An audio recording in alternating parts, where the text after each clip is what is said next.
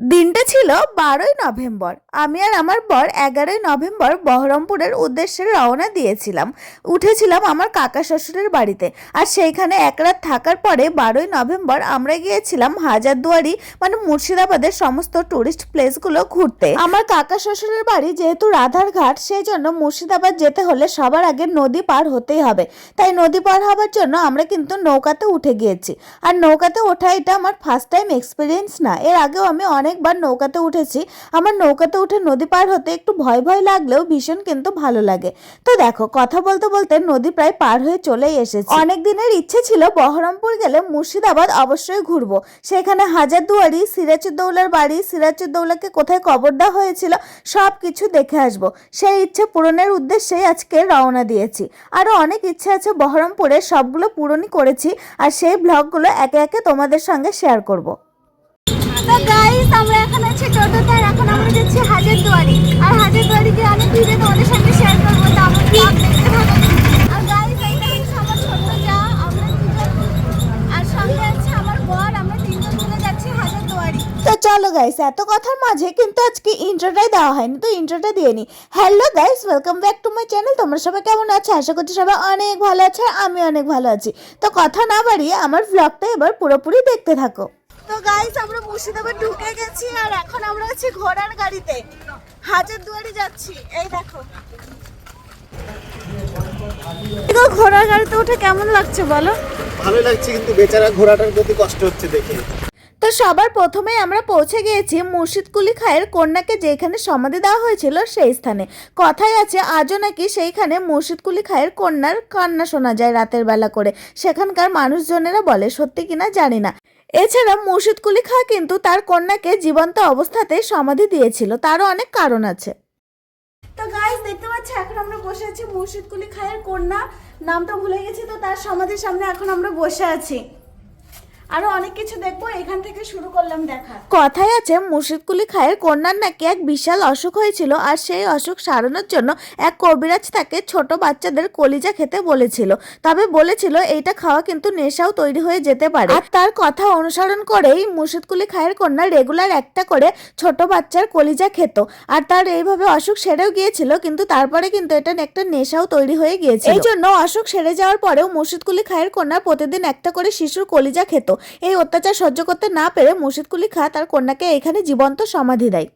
তো গাইস, আমাদের দেখা হয়ে গেল এইখানে মুর্শিদকুলি খায়ের কন্যার সমাধি, তোমাদের সঙ্গেও তো শেয়ার করলাম। তো এখন আমরা এখান থেকে বেরিয়ে যাচ্ছি, আর এখন আমরা যাব কোথায় যাব জানি না, তো যেখানে যাব তোমাদেরকে তো নিয়ে যাব। আমরা যাচ্ছি আবার ঘোড়ার গাড়িতে, আমরা ঘোড়ার গাড়ি বুক করেছি, আর এই মানে পুরো এরিয়াটা আমরা ঘোড়ার গাড়িতেই দেখবো। তো চলো এর সঙ্গে থাকো, দেখতে থাকো। চল মেরি ঘোড়া টকবক টকবক, চল মেরি ঘোড়া টকবক টকবক। তো গাইস, আমরা এখন যাচ্ছি মির্জাফরের সমাধি দেখতে। তো গাইস, দেখতেই পাচ্ছ, এটা হচ্ছে নবাব মির্জাফর ও তার পারিবারিক ঐতিহাসিক 1100 কবরস্থান এখানে আছে। তো চলো যাই, তোমাদের খুব দেখতে ইচ্ছে করছে আমি জানি। জুতো পরে কবরের উপরে উঠবেন না। তো গাইস দেখো, এই যে কত কবরস্থান দেখতে পাচ্ছ। জানি যে এটা মির্জাফরের কবরস্থান, কিন্তু এখানে অনেকগুলো কবরস্থান আছে দেখতে পাচ্ছ গাইস। লাইনে লাইনে কিন্তু কবরস্থান, 3টে লাইন আছে। এইখানে এক লাইন, এইখানে এক লাইন, আর ওইখানে আরো একটা লাইন। 3টে না, সরি 4-5টা লাইন আছে। তো গাইস দেখো, এটা হচ্ছে গুলবাগ। এইখানে নবাব সিরাজউদ্দৌলাকে হত্যা করা হয়েছিল এই বাড়িটাতে। এইখানে প্রবেশ নিষেধ আছে। আর গাইস দেখো, এটা নাকি সেই সময়কার রাজাদের খাট, আর এগুলো সেই রাজাদের অস্ত্র, তলোয়ার, আরো বিভিন্ন রকম ভয়ঙ্কর ভয়ঙ্কর অস্ত্র আছে। এই যে দেখো কেমন দা, কুড়ুল, মানে দা না, সরি কুড়ুল টুরুলের মতন দেখতে। আর এগুলো হচ্ছে সেই সময়কার বাসনপত্র। অনেকজন মানুষের, মানে কত বা বললো মানুষের এখানে রান্না করা হতো। সেজন্য দেখো বিশাল বড় বড় হাঁড়ি কড়াই এইখানে সাজিয়ে রাখা হয়েছে। তবে এগুলো তার ভিডিও করা বারণ ছিল, আমি এগুলো চুপচুপ করে নিয়েছি। আর এখানে দেখো ডাল বের করে না, জাতা, এই জাতা আছে, তোমরা চেনো কিনা জানি না, তবে আমি চিনি। এগুলোকে জাতা বলে, আর এগুলোতে ডাল পেশে এগুলো আছে। এগুলো সেই রাজাদের সময়কার। আর হ্যাঁ, তোমরা এখন যে রথটা দেখতে পাচ্ছ, এই রথটা কিন্তু পুরোটাই রূপোর তৈরি, রূপো দিয়ে তৈরি রথ। আর গাইস দেখো, এটা কিন্তু 80 টাকার গাড়ি, মানে সেই সময় 80 টাকা দিয়ে এইরকম গাড়ি পাওয়া যেত। বিশ্বাস হচ্ছে তোমাদের 80 টাকার তখন কতটা মূল্য ছিল। আর দেখো গাইস, এর মধ্যে কিন্তু আবার আছে মহন্তদের আখড়া।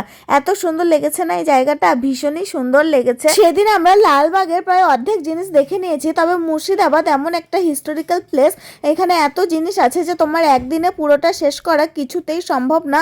সব দেখতে গেলে তোমার 2-3 দিন অবশ্যই যাবে, কিন্তু আমাদের হাতে অত সময় ছিল না, সেজন্য একদিনে আমরা যতটা পেরেছি দেখে নিয়েছি। তো দেখো মমতাদের আখড়া থেকে আমরা চলে এসেছি, আর এইটা হচ্ছে বজরংবলী। এই বজরংবলীতে কিন্তু পাথরে কোনো জয়েন্ট নেই, পুরো একটা গোটা পাথর দিয়ে বজরংবলীটা তৈরি। আর এই যে প্লেসটা দেখতে পাচ্ছ, এই প্লেসে কিন্তু বেহুলা লক্ষিন্দর সিরিয়ালের শুটিংটা হয়েছিল, সেইটাই এখন আমাদেরকে বলছে। তো গাইস, এখন আমি তোমাদেরকে সেই বিশেষ জায়গায় নিয়ে যাব, যে একটা বিশাল বড় সুন্দর আয়না, সেই আয়নাতে নিজের মুখ দেখা যায় না।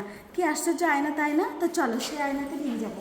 তো গাইস, এইটা হচ্ছে সেই বিশেষ আয়না। এখানে তুমি তোমার নিজের মুখ দেখতে পাবে না, তোমার পাশে যে দাঁড়িয়ে আছে তাকে দেখতে পাবে। তো গাইস, এত কিছু দেখার পরে আমরা আবার ঘোড়ার গাড়িতে চাপলাম, আর এখন আমরা যাচ্ছি জগৎ শেঠের বাড়ির উদ্দেশ্যে। আর হ্যাঁ, জগৎ শেঠের বাড়িতে কিন্তু ক্যামেরা অ্যালাউ নেই, সেই জন্য বাইরে থেকে যতটুকু পেরেছি ভিডিও করেছি, আর ভেতরে একদমই ক্যামেরা অ্যালাউ ছিল না, সেজন্য দেখাতে পারি। আর যারা যারা পলাশীর যুদ্ধের বা সিরাজউদ্দৌলা সময়কার ইতিহাসটা পড়েছো, তারা তারা তো অবশ্যই জানবে জগৎ শেঠ কে ছিলেন। জগৎ শেঠ ছিলেন সেই সময়কার একজন অনেক বড় ধনী ব্যক্তি। তো গাইস, ফাইনালি এখন আমরা চলে এসেছি হাজারদুয়ারিতে। এই দেখো আমাদের পেছনে হাজারদুয়ারি, সরি আমাদের সামনে আছে। তো চলো ফটাফট এবার হাজারদুয়ারিতে যাই। আমার মনে হয় যে ভেতরে ক্যামেরা অ্যালাউ নেই, বাইরেটাই তোমাদেরকে ভিডিও করে দেখাবো। তো গাইস, হাজারদুয়ারির ভেতরে তো ক্যামেরা অ্যালাউ নেই একেবারে, যেটা আগে থেকে জানতাম, কিন্তু রিসেন্ট বাইরেও আর ক্যামেরা অ্যালাউ করছে না, কারণ অনেকে আসে রিলস টিলস বানায়, এদেরকে খুব ডিস্টার্ব করে, সেজন্য বাইরেও আর ভিডিও করতে দেয় না। একটা ক্লিপ শুধু চুপচুপ করে নিয়েছিলাম, সেইটাই তোমাদের সঙ্গে শেয়ার করলাম। তো দেখো আমাদের হাজারদুয়ারি ঘোরা হয়ে গেছে, আর আমাদের প্রচণ্ড খিদে পেয়ে গিয়েছিল, সেজন্য আমি আমার হাজব্যান্ড ভাত খেয়ে নিলাম, আর আমার সঙ্গে যে ছিল ছোট যা, সে খেয়েছে বিরিয়ানি। তো গাইস, অনেকক্ষণ হলো তোমাদের সঙ্গে কথা বলা হয়নি। আমরা সে হাজারদুয়ারিতে গিয়েছিলাম, ওইখানে তো ফোন একদম অ্যালাউ ছিল না, একদম ভিডিও করতে দেয়নি। তো এখানে সব দেখা মানে সব কমপ্লিট করে এখন আমরা এসেছি মতিঝিলে, আর এখানে সব কিছু তোমাদের সঙ্গে শেয়ার করব। আমার বর টিকিট নিয়ে আসছে, যেখানে যাচ্ছি টিকিট টিকিট টিকিট টিকিট কাটতে কাটতে বেচারা আজকে হালুয়া টাইট।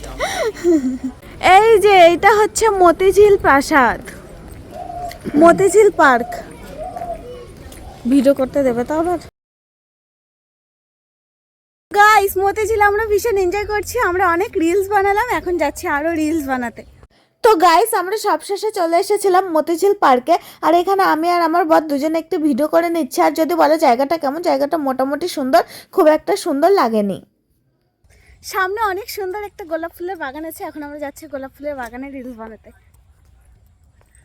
এই যে দেখো দুজন ঘুরতে এসে ভীষণ মজা করছি। তো গাইস, আমাদের তো মতিঝিল দেখা হয়ে গেল, আর এখন আমরা বাড়ি চলে যাচ্ছি। তাই ব্লগটা এখানে এন্ড করছি। ভালো লাগলে লাইক কমেন্ট শেয়ার আর অবশ্যই ফলো করে দিও। তো চলো আজকের মতন টাটা, বাই বাই। আবার আসছি নেক্সট ভিডিও নিয়ে, ততক্ষণ ভালো থেকো, সুস্থ থেকো, টাটা।